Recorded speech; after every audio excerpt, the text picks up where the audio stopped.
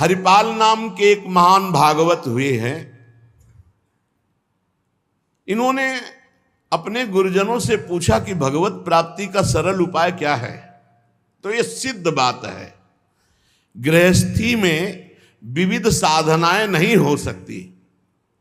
यम नियम आसन प्राणायाम प्रत्याहार ध्यान धारणा समाधि सब बड़े कठिन, ब्रह्म ज्ञान बड़ा कठिन। अरे गृह कारज नाना जंजाला तेयति दुर्गम शैल विशाला, यही सर आवत अति कठिनाई राम कृपा बिनु आए न जाए। घर गृहस्थी के इतने झंझट हैं, इतनी चिंताएं हैं कि वो बैठकर चित्र को परमात्मा में एकाग्र करे। कोई बहुत ही कृपा पात्र होगा साधु का, सो ऐसा कर रहा होगा, अन्यथा प्रपंच का चिंतन होता है।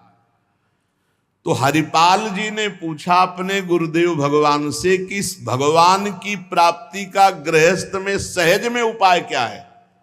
कठिनता से तो बड़े उपाय वर्णन किए गए, सहज में भगवत प्राप्ति हो जाए। उनके गुरुदेव ने बताया संत सेवा।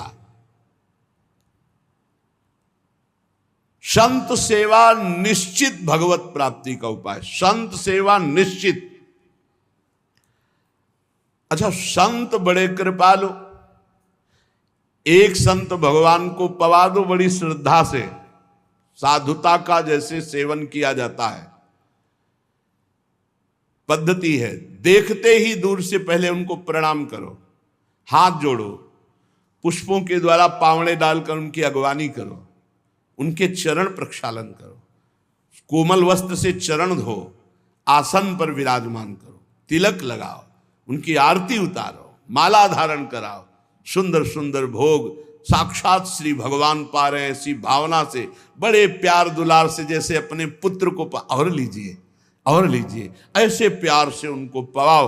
पाने के बाद उनको आचमन करा करके जो कुछ बने रूखा सूखा भेंट प्रणाम नमस्कार विदा करो। इसके बाद उनकी जूठन पाओ, चरणामृत पियो।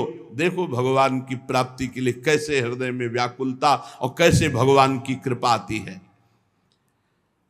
और संतों का स्वभाव, जहां संत मंडली होती है वहां, भाई देखो एक भगत हरिपाल जी हैं, क्या संत सेवा करते, क्या प्रसाद बनता है भाई उनकी तो दैन। अब पूरी मंडली की मंडली, अब हरिपाल जी की सेवा, वो मंडली अन्य तीर्थों में, अब तीर्थों से जिनकी यात्रा उधर से होती सब हरिपाल जी के यहां।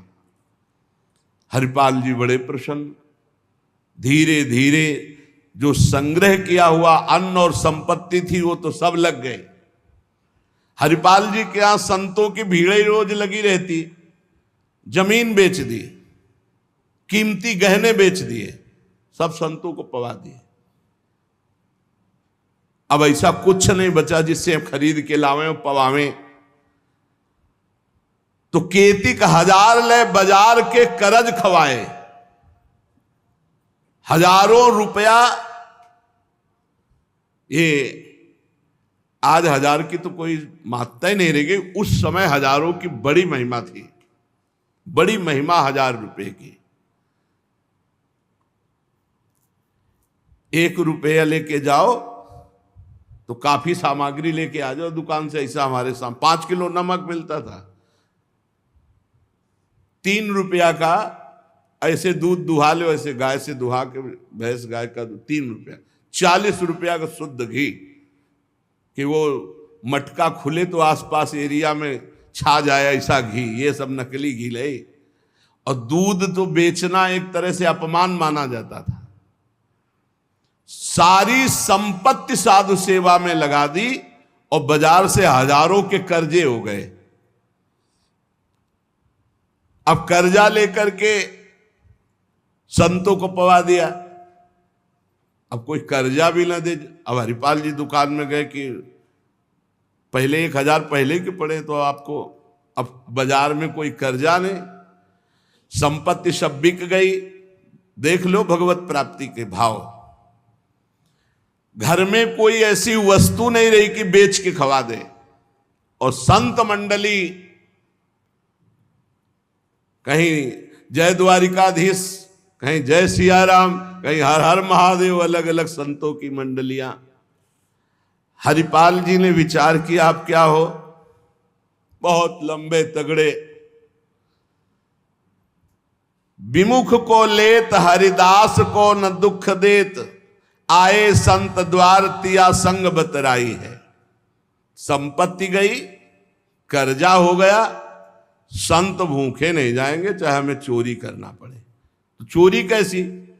एक प्रधान रास्ता जंगल में था, तो उस समय अस्त्रों में भाला, तलवार, तीर, धनुष यही थे। तो भाला लेकर के अब चुपचाप बैठे रहते, न राम कृष्ण कोई बोलने वाला, ना गले में कंठी, न कोई भागवतिक तिलक, मारते नहीं थे।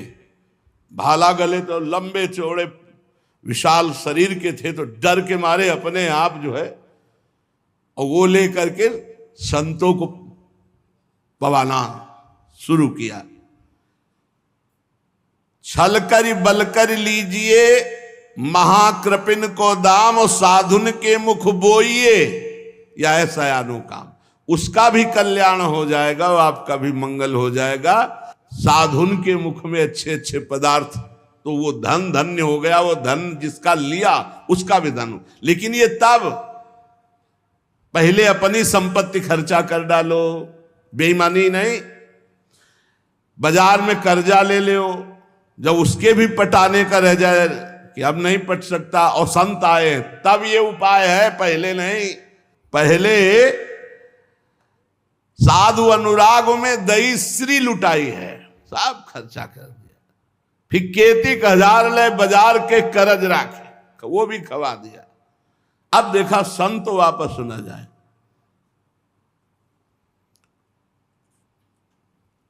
अब उस मार्ग से जो अगर कोई निकलता हो, जहां भाला लेके निकलते, अरे राम, तो हाथ जोड़ लेते।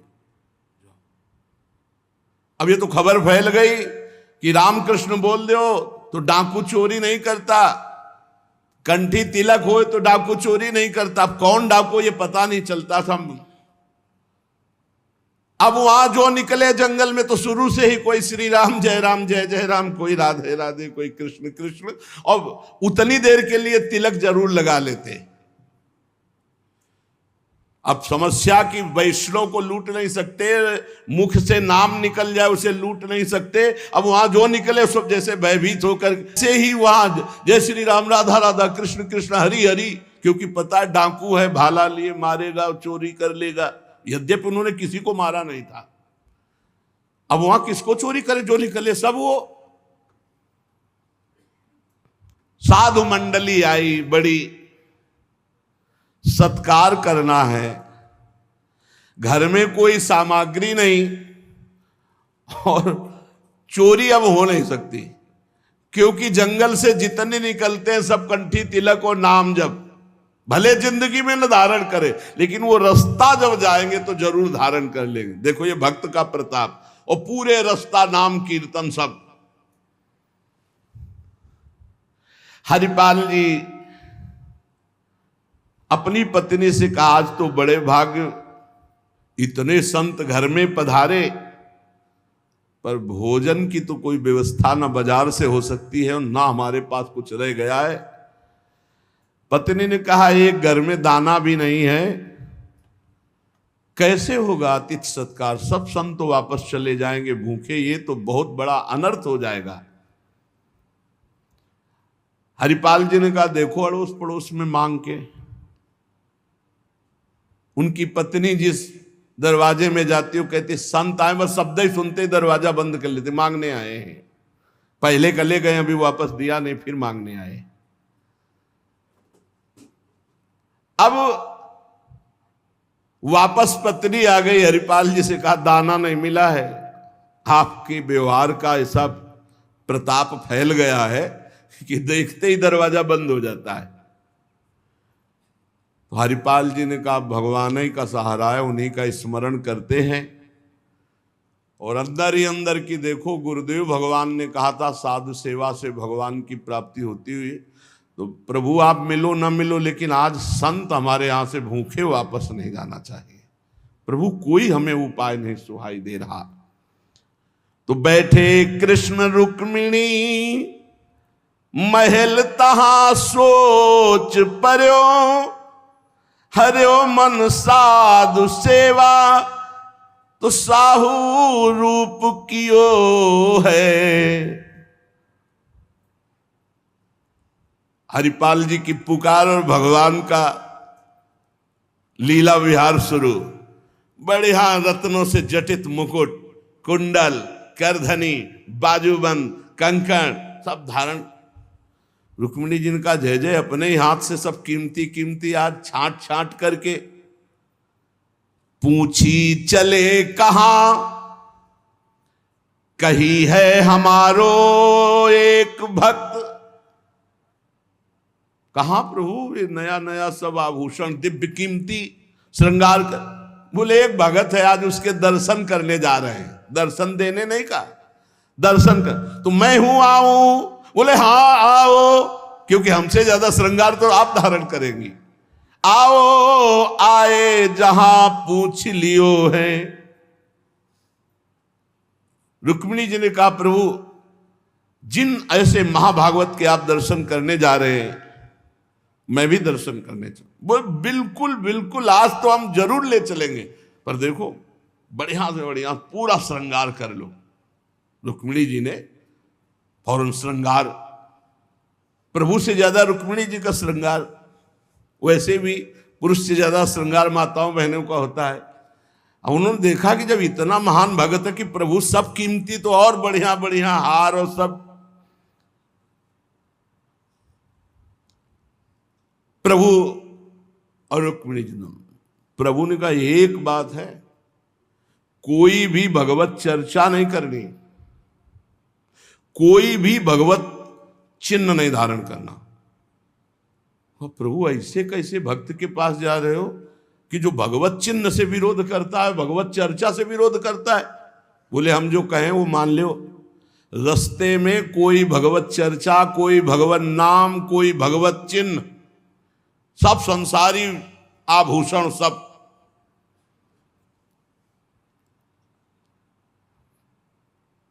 प्रभु कैसा भगत है आपका? बोले बहुत उच्च कोटि का, दर्शन से निहाल हो जाओगी, ऐसे भक्त का कभी दर्शन नहीं हुआ होगा। रुक्मिणी जी तैयार हुई, भगवान तैयार हुए और हरिपाल जी के द्वारे पे आए। अजू मग चलो जात बड़ो उत्पात मधि, को पहुंचावे देवो ले रुपया दियो है। करो समाधान संत मैं लिवाए जाऊं, इन्हें लाई वन मांझ देखी बहुधन जियो है। भगवान स्वयं गए और हरिपाल जी को बुलवाया गांव के बाहर और कहा भाई सुनो, सुनते हैं जंगल में कोई चोर लगता है, हम दोनों सेठ हैं, सेठ सेठाइन, ये ले स्वर्ण की एक मुहर, हमें पूरा रास्ता पार कर दो। भगवान जैसे मरते को पानी मिल जाए ऐसे ऐसे आपने संत मन में सोचा संत वापस चले जाएंगे, और गौर से देखा गले में कोई तुलसी नहीं, कोई भागवतिक चिन्ह नहीं, और मार पूरा सब श्रृंगार से। बोले भगवान आज तो बरस पड़े, आज खूब संत सेवा होगी। बोले मुहर देव या न देव, हम आपको पार कर देंगे जंगल में। जगत रूपी जंगल से पार करने वाले भगवान को हरिपाल जी कह रहे हम पार कर देंगे आपको, क्योंकि नजर गई ना एक से एक कीमती रत्न। बोले महीनों संत सेवा चलेगी। हरिपाल जी से बातचीत कर रहे कि कहीं शंका ना हो जाए इनको। बोले अमुक शहर जा रहा हूं, हमारा बड़ा व्यापार चलता है, तुमको 1 रुपया तो देंगे ही, पर सुरक्षित हमें पहुंचा दो, ये ले। वो दौड़ करके कहा बस रुको, अपनी पत्नी से कहा 1 रुपया का जाओ, स्वर्ण का है, कुछ जलपान लाओ, संतों को पवा, भोजन की व्यवस्था रास्ते में हम कर लेंगे। बाल भोग कराओ। संतों का समाधान बाल भोग कराओ। राजभोग की व्यवस्था में भी सेठ सेठाइन हैं, बड़े भोले हैं, बड़े प्रसन्न हुए, मानो प्राणों का संचार आ गया संत सेवा में।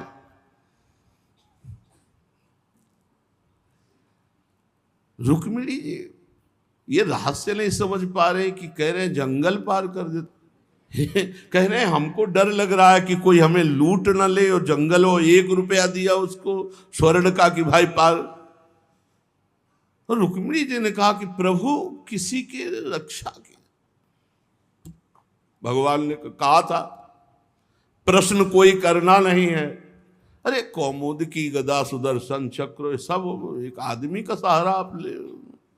रुक्मिणी जी ने प्रभु आप काम कहा था,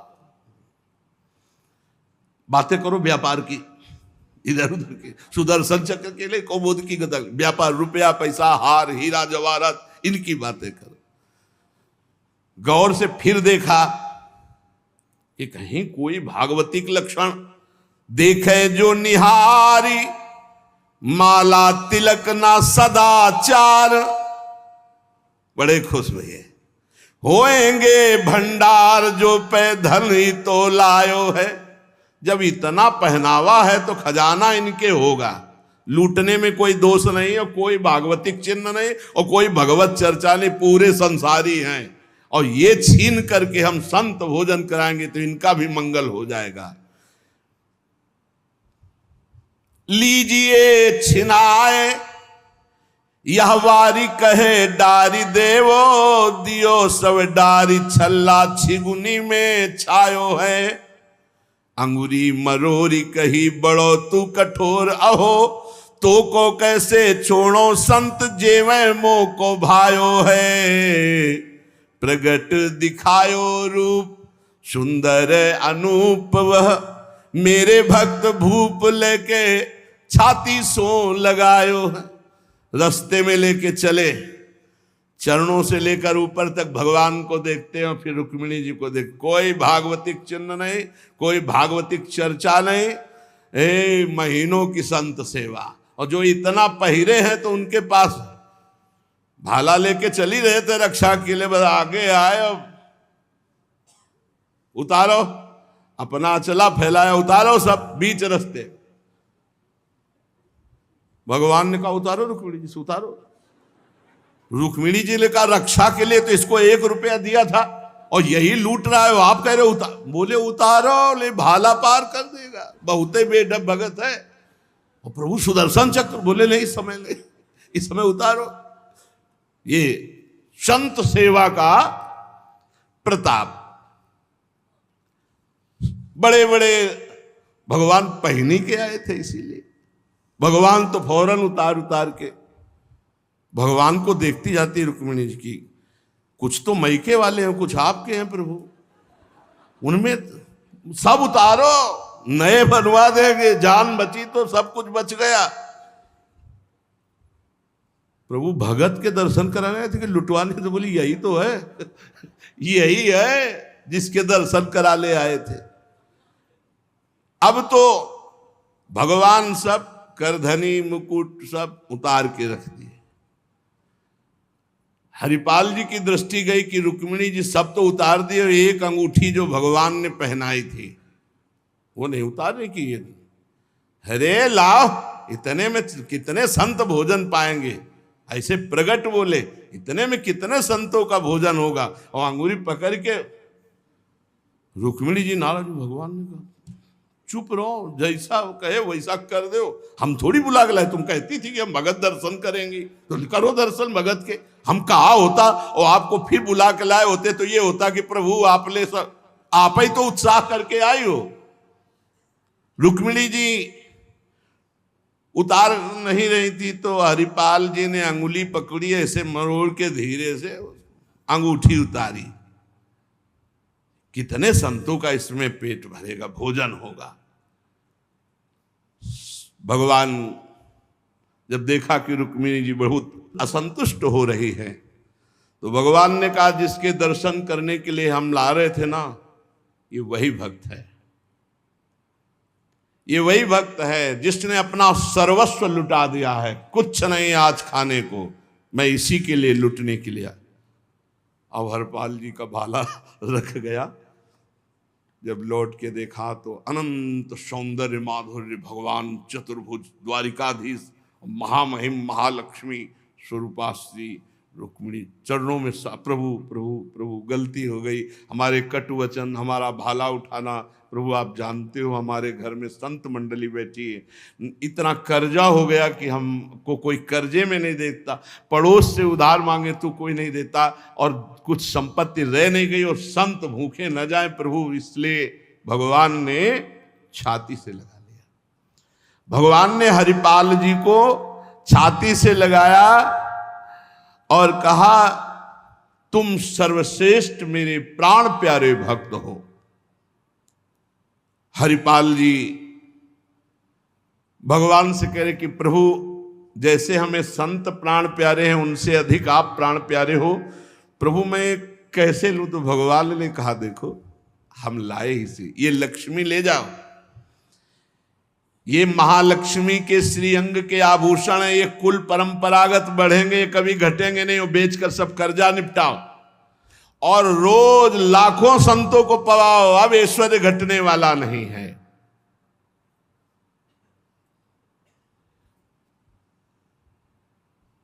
भगवान से कहा प्रभु ये घटना किसी से मत कहना, नहीं तो सब भक्त जो है यही कहेंगे कि इतना दुलार भगवान को किया जाता है, भक्तजन करते हो ये भाला दिखा के लूट लिया। तो भगवान ने कहा डरो मत, ये चर्चा अगर कोई सुनेगा भी तो तुम्हें आदर्श मानकर संत सेवा करके मेरी प्राप्ति का उपाय सोचेगा, ना कि तुम में दोष दर्शन करेगा। भगवान के दर्शन के पश्चात हरिपाल जी ने कहा प्रभु जब आए गए हो तो लगे हाथ भंडारे पाके जाओ। तो बोले जरूर, जहां हमारे संत पाते वही हम प्रकट। सब संतों को भगवत साक्षात्कार कराया, साक्षात द्वारिकाधीश रुक्मिणी जी के सब संतों ने दर्शन किए, भोग बना। संतजन तब पाए जब भगवंत पहले पाए, फिर उनका उच्छिष्ट संत और उनका भगवंत और संत का उच्छिष्ट जब हरिपाल जी। ये परमानंद मनुष्य जीवन का साधु सेवा से प्राप्त होता है। जब कभी साधु सेवा का संयोग बने तो नाच पड़ो कि हमें आज जीवन का परम लाभ मिला है कि हमारा धन, हमारा अन्न, हमारा शरीर, हमारा जीवन साधु सेवा में आएगा। ये साधु सेवा निश्चित भगवत प्राप्ति करा देती, निश्चित। कल देखो साधु सेवा के लिए ही अनुसुईया जी ने कि अतिथि वापस न जाए, 6 महीना के बालक भगवान श्री हरि, भगवान ब्रह्मा जी और महादेव जी को बना लिया। जब तीनों महापुरुष प्रकट हुए तो श्री अत्रि जी ने कहा प्रभु मैंने 3 को तो नहीं बुलाया था, हमने तो आप एक जगदीश्वर को बुलाया था। अत्रि मुनि ने कहा हमने तो प्रार्थना की थी शरणम तम प्रपद्येहम यएव जगदीश्वरः प्रजामात्म समाम मह्यम प्रयच्छत्विति चिंतयन्। मैंने उनका चिंतन किया था जो जगदीश्वर हैं, संपूर्ण जगत के ईश्वर हैं। तो प्रभु आप तो ब्रह्मा विष्णु और महादेव 3 रूपों में प्रकट हुए, अब कहिए इन 3 में जगदीश्वर कौन है जिसका मैंने मंत्र जाप किया? क्योंकि मैंने एक सुरेश्वर भगवान जगदीश्वर का चिंतन किया और आप 3 पधारे। मुझे बड़ा आश्चर्य है कि 1 का वाहन और 3 आ गए, इसका रहस्य बताइए। अत्रि मुनि के वचन सुनकर तीनों भगवत स्वरूप हंस दिए और सुमधुर वाणी में कहा ब्रह्मन तुम सत्य संकल्प हो, तुमने जैसा संकल्प किया वही मैंने किया, इसके विपरीत नहीं कर सकता। भक्त मेरा जैसा संकल्प करता मैं वैसा ही, उसके विपरीत नहीं चल सकता। यह बात जरूर पकड़नी चाहिए। जब संत भक्त कोई वार्ता करने तो बहुत एकांत भाव से सुनो, क्योंकि भगवान अपनी बात भले, लेकिन भक्त की बात नहीं। अपनो परण विसार भगत को पूरो परण निभाऊं। भगवान कह रहे तुम सत्य संकल्प और मेरा भक्त जैसा चिंतन करता मैं वैसा ही। तुमने कहा जगदीश्वर, तो हम एक ही तीन रूप में जगत के ईश्वर हैं। तुम्हारा कल्याण हो, मैं एक ही हूं, तीन रूप धारण कर जगत का ईश्वर मैं त्रिदेव के रूप में हूं, इसीलिए मैं प्रकट हुआ हूं। तुम्हारे तीन पुत्र उत्पन्न होंगे। भगवान अत्रि जी और अनुसुईया जी से पूजित हुए और तीन पुत्र रूप में ब्रह्मा जी के अंश से चंद्रमा मुनि, भगवान विष्णु के श्रीहरि के अंश से योगवेत्ता अवधूत शिरोमणि दत्तात्रेय जी और महादेव जी के अंश से महर्षि दुर्वासा जी, ये पुत्र रूप में प्राप्त हुए। अब अंगिरा ऋषि की संतानों का वर्णन। अंगिरा जी की पत्नी श्रद्धा ने सिनी वाली, कुहू, राका, अनुमति, ये चार कन्याओं का जन्म दिया और उनके सिवा दो पुत्र हुए, जिनमें भगवान बृहस्पति जी और उतथ्य जी, ये दो पुत्र हुए। बृहस्पति जी अंगिरा जी के पुत्र हैं और उतथ्य जी पुलस्त्य जी की, उनकी पत्नी हविर्भू से महर्षि महामहिम अगस्त्य ऋषि प्रकट हुए और दूसरे पुत्र हुए विश्रवा। पुलस्त्य ऋषि के दो पुत्र हुए, अगस्त्य ऋषि और विश्रवा। विश्रवा मुनि के इडविडा के गर्भ से भगवान कुबेर का जन्म हुआ और इन्हीं विश्रवा की दूसरी पत्नी केसनी से रावण, कुंभकर्ण, विभीषण, इनका जन्म हुआ। महर्षि पुलह की स्त्री परम साध्वी गति से कर्म श्रेष्ठ वरीयान और सहिष्णु, ये पुत्र हुए। क्रतु की पत्नी क्रिया ने ब्रह्म तेज से देदीप्यमान वालखिल्य आदि 60,000 ऋषियों का जन्म दिया। 60,000 ऋषि बालखिल्य। शत्रुतापन विदुर जी वशिष्ठ जी की पत्नी अरुंधति से चित्रकेतु, सुरोचि, विरजा, मित्र, उल्बण, वसुभृद्यान और द्विमान, और वशिष्ठ जी से शक्ति आदि कई पुत्र उत्पन्न हुए। अथर्वा मुनि की पत्नी से महान महिमा में दधीच ऋषि प्रकट हुए, जिनका दूसरा नाम अश्वशिरा। भृगु जी ने अपनी भार्या ख्याति से धाता और विधाता नाम के दो पुत्र प्रकट किए और श्री नाम की एक भगवत परायण कन्या।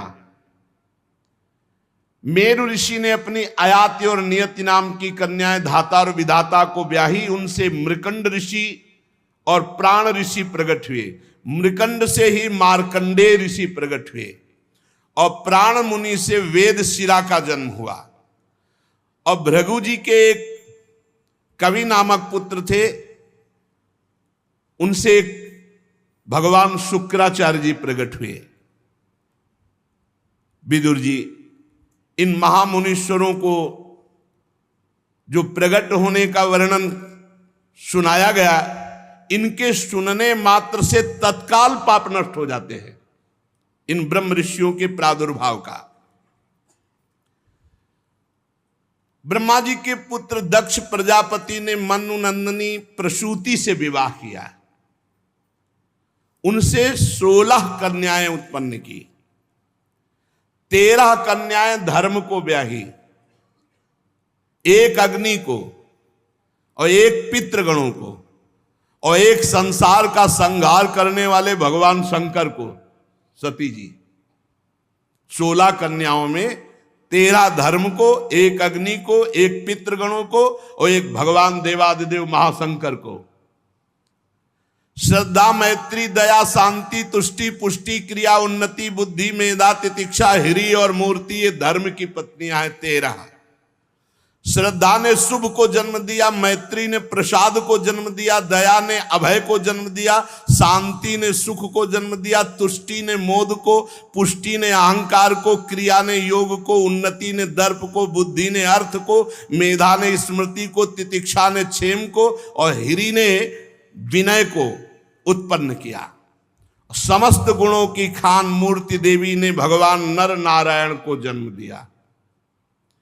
इनका जन्म होने पर विश्व आनंदित हो गया। देवता लोग पुष्पों की वृष्टि की और भगवान नर नारायण की स्तुति की। भगवान श्री कृष्ण ही अपने अंश से नारायण और वही नर रूप अर्जुन जी। ये कुरकुल तिलक अर्जुन नर अवतार भगवान श्री कृष्ण के अंश से नारायण। अग्नि देवी की पत्नी का नाम है स्वाहा। उनसे पावक, पवमान, शुचि 3 पुत्र हुए। इन 3 से 45। अब 45 और 3 48 और प्रधान अग्नि 1, कितने हुए? 49 अग्नि का स्वरूप हुआ। जब हनुमान जी लंका में आग लगा रहे हैं उस समय वर्णन आया है कि हरिप्रेरित जैसे वायु 49 ऐसे अग्नि 49 स्वरूपों से संपूर्ण लंका को अग्निदेव भस्म कर रहे हैं। अग्निश्वात, बर्हिष्ठ, सोमप, आज्यप ये पितर हैं। पितरों की पत्नी दक्ष कुमारी स्वधा है। पितरों से स्वधा के धारिणी और वायुना नाम की 2 कन्या हुई। दोनों ही ज्ञान विज्ञान में पारंगत, ब्रह्म ज्ञान का अनुभव करके उपदेश करने वाली हुई, इसलिए इनके कोई संतान नहीं, ब्रह्म में लीन देवियां।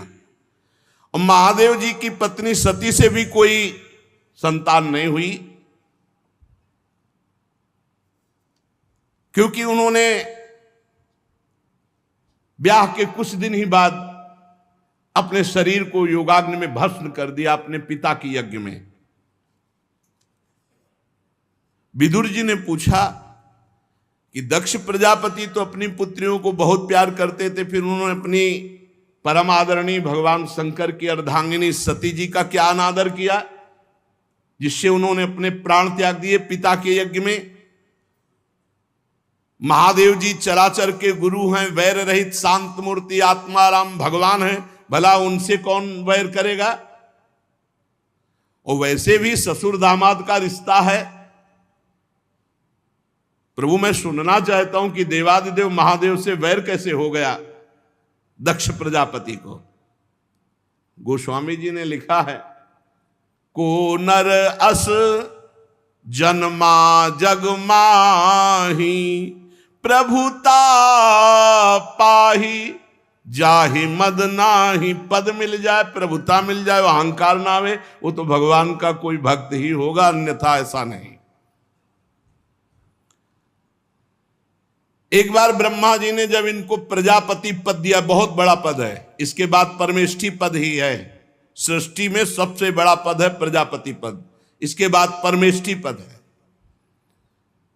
परमेष्ठी पद ब्रह्मा पद। ब्रह्मा जी ने प्रजापति पद दिया महाराज दक्ष को। बड़े बड़े ऋषि मुनि देवता अग्नि सब लोकपाल सभा में आए।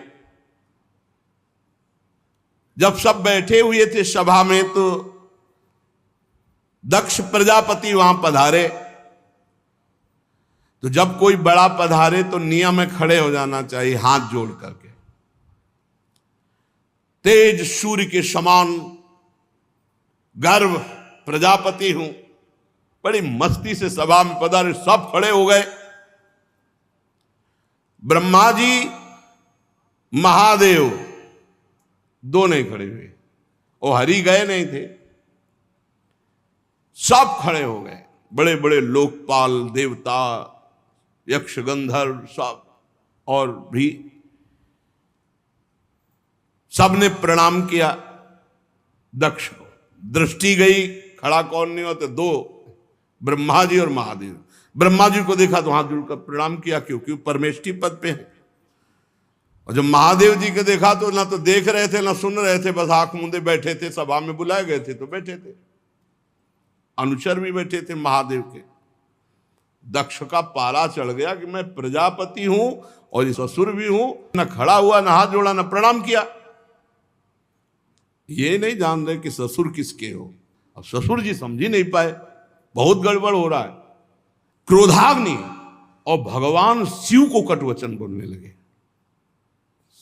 यही अहंकार पद का है। भगवान के ससुर जी हैं भाई, शिव जी के ससुर जी हैं। दक्ष ने कहा, देवताओं, सभासदों, लोकपालों, मेरी बात समझो, मैं कोई नासमझी से नहीं कह रहा हूं, बिल्कुल नासमझी से बोल रहे हैं। मैं कोई द्वेष से नहीं कर रहा हूं, बिल्कुल द्वेष से बोल रहे हैं। दक्ष जी ने सफाई पेश की। उसे बहुत बड़ा कठोर शब्द बोला। ये अहंकार कुछ भी करवा सकता है। इस समय बुद्धि खराब है दक्ष की, खराब मशीन जो है बहुत धुआं फेंकती है। ये बहुत द्वेष का धुआं निकल रहा है, अहंकार आ गया। रो के चरण पकड़ के जब सती जी का पाणी ग्रहण किया था ना, तो कहा था, प्रभु कहां मैं और कहां मेरी पुत्री और कहां आप स्वीकार कर रहे हैं, यही हमारा अहोभाग्य है। और ऐसा ही है भैया, बहुते गलत बोल रहे गुस्सा में है तो बोल रहे, अहंकार है तो बोल रहे हैं। जैसे भगवान श्री कृष्ण को शिशुपाल बोलता है ना, ऐसे कुछ इस समय दक्ष की हालत है। गृहीत्वा मृग सावाक्ष्याः पाणिं मर्कटलोचनः प्रत्युत्थानाभिवादार्हे वाचाप्यकृत नोचितम। ना खड़ा हुआ, ना हाथ जोड़ा, ना वाणी से सम्मान किया है। मेरी सावित्री सारिखी मृगनयनी पवित्र कन्या का अग्नि और ब्राह्मणों के सामने पाणी ग्रहण किया था। ये मेरे पुत्र के समान है, मेरा दामाद है, इसको खड़े होना चाहिए, हाथ जोड़ना चाहिए, मेरा स्वागत करना चाहिए। परंतु इसने स्वागत की तो बात जाने दो, आंख उठा के भी नहीं देखा। अरे बहुत है, बुरा बोलते चले जा रहे हैं। गुस्सा में है ससुर जी, बोले। अब वो हम तो नहीं बोलेंगे, बोले जो बोले। तभी तो फिर भगवान आगे जो लीला आएगी ना, गर्दन मरोड़ के और बकरे के लगाए, सुकुमारी कन्या का मैंने दान के आगे वाले हम शब्द छोड़ दिए। अरे बहुत ही बोलते चले जा रहे हैं, चलो वो छोड़ देते, आगे बोलते। ये प्रेतों का निवास स्थान भयंकर श्मशान में भूत प्रेतों के साथ घूमता रहता है। सिर के बाल बिखेरे, नंग धड़ंग, कभी हंसता कभी रोता, चिता की भस्म लपेटे, मुंडों की माला डाले, हड्डियों का गहना पहने। आगे और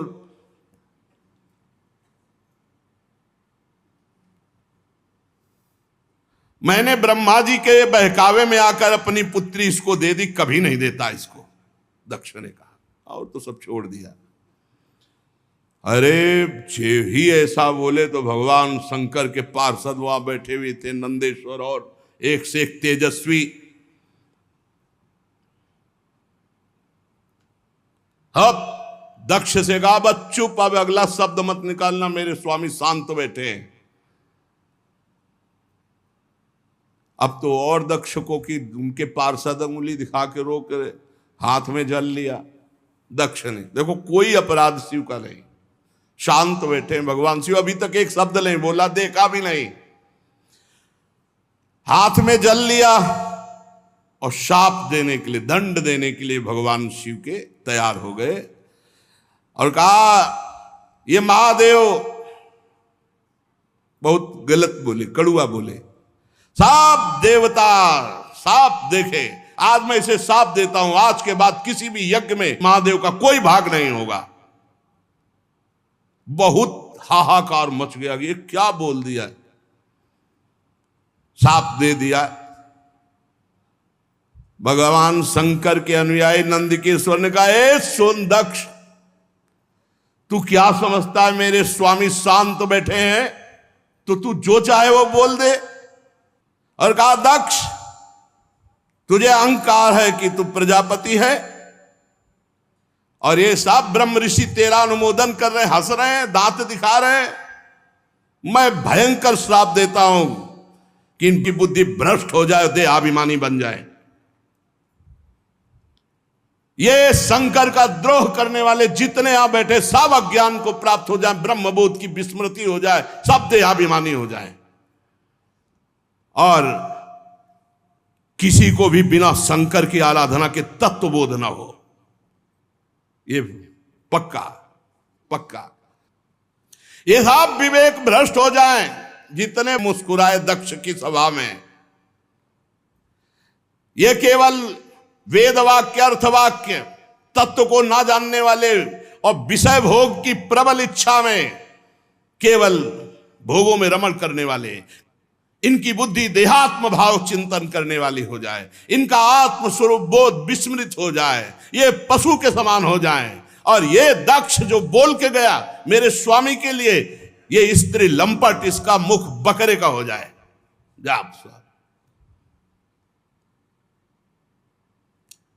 मूर्खमयी कर्ममयी अविद्या को ही समझे, जो भगवान शंकर का अपमान करने वाले के पीछे पीछे चलते हैं। इन सब का जन्म मरण चक्र में बार बार जन्मना मरना हो, जो ब्रह्म विद्या मुक्त देने वाली वो उनकी विस्मृत हो जाए। शंकर द्रोही कर्मजाल में फंसकर दुर्गति को प्राप्त हो, और ये भोग के गुलाम, इंद्रियों के गुलाम, मन के गुलाम बनकर केवल रसेंद्रियों जनेंद्रिय की भोग में भटके, ऐसा मैं साप देता हूं। नंदकिशोर से ये जो ब्रह्म ऋषियों के लिए श्राप हुआ, हाहाकार मच गया, क्योंकि कट नहीं सकता सांप, उधर का भी नहीं और इधर का भी नहीं, दोनों महान। अब ब्रह्म ऋषि खड़े हो गए पले पले कमंडल का जल लेके, भैया बड़ा बवाल बच गया। भवव्रत धरा ये च तान समनुव्रता पाखंडिनस्ते भवंती सत्शास्त्र परिपंथिना नष्ट शौचा मूढ़धियो जटा भस्मा स्थिर धारणा विसंतु शिव दीक्षायाम यत्र दैवम सुरासवम ब्रह्मे ब्राह्मणाश्च यद्यूयम परिनिंदत सेतुम विधारणाम पुंसा मता पाखंड माश्रिता। वो सब अपने अपने कमंडल, बड़ा जोर था कमंडलों में, ऐसा श्राप दिया जिसका अर्थ क्या वर्णन करें। अब तो इधर शिवगण, उधर ब्रह्म ऋषि, अपने अपने। भगवान शिव ने देखा यहां तो बड़ा अमंगल हो रहा है। अब भगवान शंकर ने पूरी सभा की ओर देखा, सर झुकाया, चल दिए अपने मस्ती में। गंगा यमुना के संगम में यज्ञान स्नान हुआ, जैसा बना यज्ञ हुआ, सब लोग अपने अपने स्थान को गए। भगवान शंकर समाधि शांत, कोई भी किसी भी तरह की हलचल उनके चित्त में नहीं।